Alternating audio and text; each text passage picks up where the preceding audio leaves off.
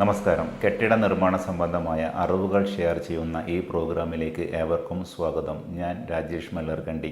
കഴിഞ്ഞ വീഡിയോ ചെയ്തതിന് ശേഷം അല്പം വൈകിയാണ് ഈ വീഡിയോ ചെയ്യുന്നത്. അതിന് പ്രധാന കാരണം കുറച്ച് തിരക്കുണ്ടായിരുന്നു.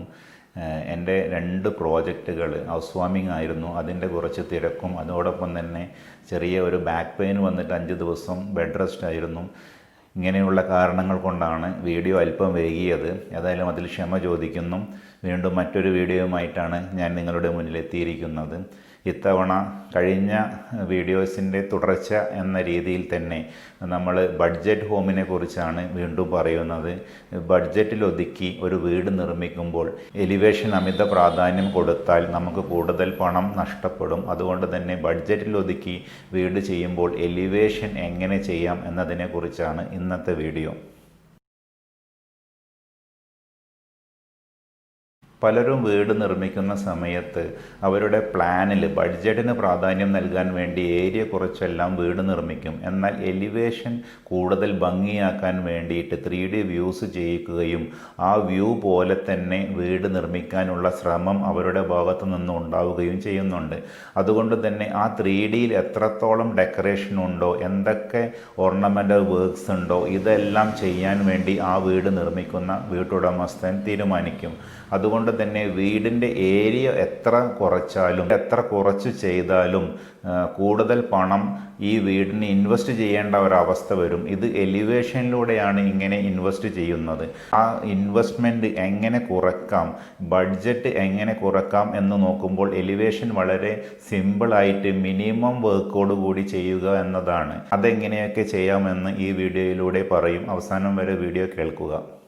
ഇങ്ങനെ ബഡ്ജറ്റിലൊതുക്കി വീട് നിർമ്മിക്കുന്ന സമയത്ത് എലിവേഷൻ, ഏത് ടൈപ്പ് എലിവേഷൻ വേണം എന്ന ഒരു കാര്യം വരും. കാരണം മുമ്പ് ഒരു സബ്സ്ക്രൈബർ ഒരു കമൻറ്റ് ചെയ്തിരുന്നു, എൻ്റെ വീഡിയോസ് അദ്ദേഹം സ്ഥിരമായി കാണാറുണ്ട്, എന്നാൽ ചില കാര്യങ്ങളിൽ ഒരു അഭിപ്രായ വ്യത്യാസമുണ്ട്. താങ്കൾ ഒരു സമയത്ത് സ്ലോ പ്രൂഫ് നല്ലതാണെന്ന് പറയും, മറ്റൊരു സമയത്ത് ഫ്ലാറ്റ് റൂഫാണ് നല്ലതെന്ന് പറയുന്നു എന്ന്. അത് തീർച്ചയായും അദ്ദേഹത്തിൻ്റെ ഒരു തെറ്റിദ്ധാരണയാണ്. കാരണം നമ്മളൊരു വീടിൻ്റെ ഒരു കൺസ്ട്രക്ഷനുമായിട്ട് ബന്ധപ്പെട്ട കാര്യങ്ങൾ പറയുമ്പോൾ അതിൻ്റെ വിഷയത്തിനാണ് പ്രാധാന്യം. കേരളത്തിലെ കാലാവസ്ഥയ്ക്ക് ഏത് തരം വീടുകളാണ് നല്ലത് എന്ന് ചോദിക്കുമ്പോൾ അതിന് കൂടുതൽ പ്രൊട്ടക്ഷൻ കിട്ടുന്ന, ഭിത്തിക്ക് കൂടുതൽ പ്രൊട്ടക്ഷൻ കിട്ടുന്ന, മഴയിൽ നിന്നും വെയിലിൽ നിന്നും സംരക്ഷിക്കാൻ സ്ലോ പ്രൂഫുകളാണ് നല്ലത് എന്ന് പറയും. എന്നാൽ മറ്റൊരു വിഷയം, നമ്മൾ ഈ ബഡ്ജറ്റുമായിട്ട് ബന്ധപ്പെട്ട ഒരു വിഷയം വരുമ്പോൾ കോസ്റ്റ് കുറയ്ക്കാൻ ഏതാണ് നല്ലത് എന്ന് ചോദിക്കുന്ന സമയത്ത് ഒരിക്കലും സ്ലോ പ്രൂഫാണ് നല്ലതെന്ന് പറയാൻ സാധിക്കില്ല. കാരണം ഇതിൻ്റെ കൺസ്ട്രക്ഷൻ കോസ്റ്റ് കുറയുന്നത് ഫ്ലാറ്റ് റൂഫിനാണ്. അതുകൊണ്ട് തന്നെ ഫ്ലാറ്റ് റൂഫുകൾ ചെയ്യുകയാണെങ്കിൽ നിങ്ങൾക്ക് ഒരു പരിധിവരെ നിങ്ങളുടെ കൺസ്ട്രക്ഷൻ കോസ്റ്റ് കുറയ്ക്കാൻ സാധിക്കും. അതുകൊണ്ട് ബഡ്ജറ്റിലൊതുക്കി വീട് ചെയ്യുമ്പോൾ ഫ്ലാറ്റ് റൂഫുകളാണ് കൂടുതൽ നല്ലത്. ഇങ്ങനെ ചെയ്യുന്ന സമയത്ത് സൺഷെയ്ഡുകളെല്ലാം കുറയ്ക്കുക. കാരണം ഒരു വീടിൻ്റെ ഓൾറൗണ്ട് സൺഷെയ്ഡ് ചെയ്യുന്ന സമയത്ത് കൂടുതൽ പണം ആ വീട്ടിന് വേണ്ടി ഇൻവെസ്റ്റ് ചെയ്യേണ്ടി വരും. എലിവേഷൻ ഭംഗിയാക്കാനും കുറഞ്ഞ സൺഷെയ്ഡുകൾ ചെയ്യുന്നതാണ് ഭംഗി. അതായത് ഒരു വീടിൻ്റെ വിൻഡോസിന് മാത്രം സൺഷെയ്ഡ് ചെയ്യുക എന്നതാണ്. പലർക്കും ഇതൊരു സംശയമാണ്, വീടിൻ്റെ ഓൾറൗണ്ട് ചെയ്താലല്ലേ വീടിന് പ്രൊട്ടക്ഷൻ കിട്ടുകയുള്ളൂ എന്നത്. എന്നാൽ ഒരു സൺഷെയ്ഡ് എന്നത് ആ വീടിൻ്റെ വിൻഡോസിന് വേണ്ടി മാത്രം ചെയ്യുന്നതാണ്. അങ്ങനെ വിൻഡോസിന് മാത്രം സൺഷെയ്ഡ് ചെയ്യുക, ഓൾറൗണ്ട് സൺഷെയ്ഡുകൾ ഒഴിവാക്കുക. നമ്മൾ അപ്പാർട്ട്മെൻറ്റ്സിലൊക്കെ കണ്ടിട്ടില്ലേ, ഫ്ലഷ് വാളുകളാണ് അവർ ചെയ്യുന്നത്. ബിൽഡിങ്ങിന് ചുറ്റും ഇവർ ഒരിക്കലും സൺഷെയ്ഡുകൾ ചെയ്യുന്നില്ല. അതുപോലെ തന്നെയാണ് വീടിനും ആവശ്യമുള്ള സ്ഥലത്ത് മാത്രം സൺഷെയ്ഡുകൾ ചെയ്യുകയാണെങ്കിൽ നിങ്ങൾക്ക് ഒരു പരിധിവരെ ആ വീടിൻ്റെ കൺസ്ട്രക്ഷൻ കോസ്റ്റ് എലിവേഷനിൽ കുറയ്ക്കാൻ സാധിക്കും. രണ്ടാമത്തെ കാര്യം, കൂടുതൽ കട്ടിങ്സുകളെല്ലാം ചെയ്യാതിരിക്കുക. ഈ വിൻഡോക്ക് ചുറ്റും ബോർഡറുകൾ, വിൻഡോൻ്റെ ഒരു 2 സൈഡിലും വേർട്ടിക്കലായിട്ടുള്ള കുറച്ച് ചുമരുകൾ, അതല്ലെങ്കിൽ ബോക്സ് ടൈപ്പ് കുറേ കാര്യങ്ങൾ, ഇങ്ങനെയുള്ള വർക്കുകളെല്ലാം ചെയ്യുമ്പോൾ അത് കൂടുതൽ കൺസ്ട്രക്ഷൻ കോസ്റ്റ് ഉണ്ടാക്കും. നമുക്ക് സൂപ്പർ സ്ട്രക്ചർ വാളിൽ ഭിത്തികൾ എങ്ങനെ ചെയ്യണം, ഭിത്തികൾക്ക് മാത്രം പ്രാധാന്യം നൽകി ചെയ്യുകയാണെങ്കിൽ നിങ്ങൾക്ക് പണം കുറയ്ക്കാം. അതല്ലെങ്കിൽ കൂടുതൽ ഓർണമെൻ്റൽ വർക്ക്സ് ചെയ്യുന്ന സമയത്ത് നിങ്ങൾക്ക് കൂടുതൽ പണം ആ വീടിൻ്റെ എലിവേഷന് വേണ്ടി ചിലവാകും. ചിലർക്ക് ബാൽക്കണിയോട് താല്പര്യമൊന്നും ഉണ്ടാകില്ല. കാരണം അവരുടെ വീടിന് ബാൽക്കണി വേണം എന്ന് അവർക്ക് നിർബന്ധമൊന്നുമില്ല. എന്നാലും എലിവേഷൻ നന്നാക്കാൻ ബാൽക്കണി വേണ്ടേ എന്ന് ഇവർ ആലോചിക്കുന്നു. കാരണം ഇവരുടെ മനസ്സിൽ ആ വീടിന് എലിവേഷൻ നന്നാകണമെങ്കിൽ ഒരു ബാൽക്കണി നിർബന്ധമാണ് എന്നതാണ്. അങ്ങനെയൊന്നുമില്ല. നിങ്ങൾക്ക് വീടിന് ബാൽക്കണി ആവശ്യമില്ലെങ്കിൽ നിങ്ങൾ വെക്കേണ്ട. ബാൽക്കണി വെച്ചാൽ മാത്രമേ എലിവേഷൻ നന്നാകൂ എന്ന ധാരണ തിരുത്തുക. കാരണം നിങ്ങൾക്ക് ഒരു ഓപ്പൺ ടെറസ് മതി. നിങ്ങളുടെ വീടിൻ്റെ പുറത്തേക്ക് വന്നിരുന്ന് നിങ്ങൾക്ക് ടെറസിൽ 1-ാം നിലയിൽ കാറ്റുകൊണ്ടിരിക്കാം.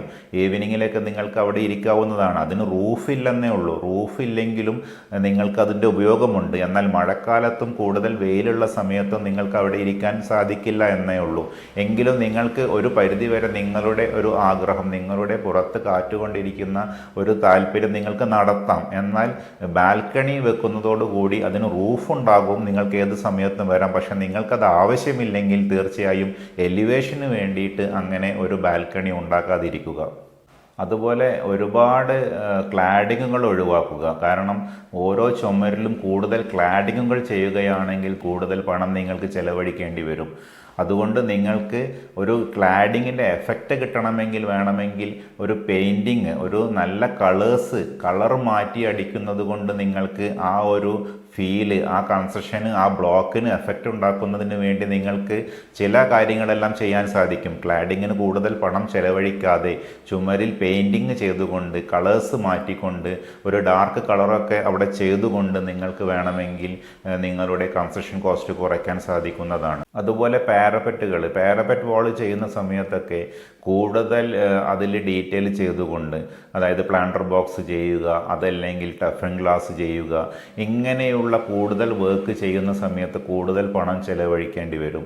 അതുകൊണ്ട് വളരെ സിമ്പിളായിട്ട് നിങ്ങൾക്ക് പാരപ്പറ്റ് ചെയ്യാം. ആ പാരപ്പറ്റ് വല്ല സോളിഡ് ബ്രിക്കുകളൊന്നും ചെയ്യാതെ നിങ്ങൾക്ക് കൺസ്ട്രക്ഷൻ ചെയ്യുന്ന സമയത്ത് സൂപ്പർ സ്ട്രക്ചർ വാളുകളായി തന്നെ നിങ്ങൾക്ക് ഉയർത്തിയിട്ട് നിങ്ങൾ പാരപ്പറ്റ് ചെയ്യുകയാണെങ്കിൽ പിന്നീട് ഒരു റൂമൊക്കെ നിങ്ങൾക്ക് വീണ്ടും കൺസ്ട്രക്ട് ചെയ്യണമെങ്കിൽ അതേ ചുമര് തന്നെ നിങ്ങൾക്ക് വീണ്ടും കെട്ടിപ്പൊക്കാൻ സാധിക്കും. അതല്ലാതെ ഇത് പൊളിച്ചു മാറ്റി മറ്റൊരു പാരപ്പറ്റ് പൊളിച്ചു മാറ്റിക്കൊണ്ട് മറ്റൊരു ഭിത്തി കെട്ടേണ്ട ആവശ്യം വരില്ല. അതുകൊണ്ട് പ്ലെയിൻ വാളുകൾ, പാരപ്പറ്റ് വാളുകൾ ചെയ്താൽ മതി. കൂടുതൽ ഡെക്കറേഷൻ അതിൽ ചെയ്യാതിരിക്കുകയാണെങ്കിൽ നിങ്ങൾക്ക് സാമ്പത്തിക ലാഭങ്ങൾ കുറച്ച് ബഡ്ജറ്റിലൊതുക്കി വീട് നിർമ്മിക്കാൻ സാധിക്കുന്നതാണ്. അതുപോലെ നമ്മൾ വീടിൻ്റെ വാട്ടർ ടാങ്കൊക്കെ ചെയ്യുന്ന സമയത്ത് ടാങ്ക് കാണാതിരിക്കാൻ വേണ്ടി നമ്മൾ ചില ചുമരുകളെല്ലാം കെട്ടിയിട്ട് അതിൻ്റെ ഉള്ളിൽ ആ ഒരു ടാങ്കിനെ മറച്ചു വെക്കുന്ന ഒരു കാര്യമുണ്ട്. അങ്ങനെ നിങ്ങൾക്ക് കൂടുതൽ പണം ചെലവഴിക്കേണ്ടി വരും. എന്നാൽ നിങ്ങൾക്ക് ആ ടാങ്ക് വെക്കുന്ന സ്ഥാനമെല്ലാം വളരെ പിറകിലേക്ക് വീടിൻ്റെ ഫ്രണ്ട് വ്യൂവിൽ നിന്നും കാണാത്ത രീതിയിൽ മറച്ചുകൊണ്ട് കുറേ ബാക്കോട്ടാണ് നമ്മൾ വെക്കുന്നതെങ്കിൽ തീർച്ചയായും നിങ്ങൾക്ക് അങ്ങനെയുള്ള വർക്കുകൾ, ഈ ടാങ്കിനെ മറയ്ക്കാനുള്ള വർക്കുകളൊന്നും ആവശ്യമില്ല. ടാങ്ക് വളരെ പിറകിലേക്ക് വെച്ചാൽ മതി. ഇങ്ങനെയും നിങ്ങൾക്ക് എലിവേഷനിൽ ഒരു ചെറിയ ലാഭം, നിങ്ങൾക്ക് കൂടുതൽ ഇങ്ങനെയുള്ള വർക്കുകൾ ഒഴിവാക്കുകയാണെങ്കിൽ നിങ്ങൾക്ക് ഒരു പരിധിവരെ നിങ്ങളുടെ എലിവേഷനിൽ കൂടുതൽ പണം ചെലവഴിക്കാതെ ബഡ്ജറ്റിൽ ഒതുക്കി ചെയ്യാൻ സാധിക്കുന്നതാണ്. പറഞ്ഞു വരുന്നത്, ഒരു വീടിൻ്റെ ബഡ്ജറ്റിൽ ഒതുക്കി വീട് ചെയ്യുന്ന സമയത്ത് ഇൻറ്റീരിയറിന്, നിങ്ങളുടെ ഉള്ളിലുള്ള സൗകര്യങ്ങൾക്ക് കൂടുതൽ പ്രാധാന്യം നൽകുക, എലിവേഷന് കൂടുതൽ പ്രാധാന്യം നൽകാതിരിക്കുക എന്ന് തന്നെയാണ്. കാരണം കൂടുതൽ എലിവേഷന് പ്രാധാന്യം നൽകുമ്പോൾ നിങ്ങൾ കൂടുതൽ പണം ഇൻവെസ്റ്റ് ചെയ്യേണ്ടി വരും. എന്നാൽ എലിവേഷന് അത്ര പ്രാധാന്യം നൽകിയില്ലെങ്കിൽ തീർച്ചയായും നിങ്ങൾക്ക് ബഡ്ജറ്റിൽ ഒതുക്കി ഒരു വീട് ചെയ്യാൻ സാധിക്കുന്നതാണ്.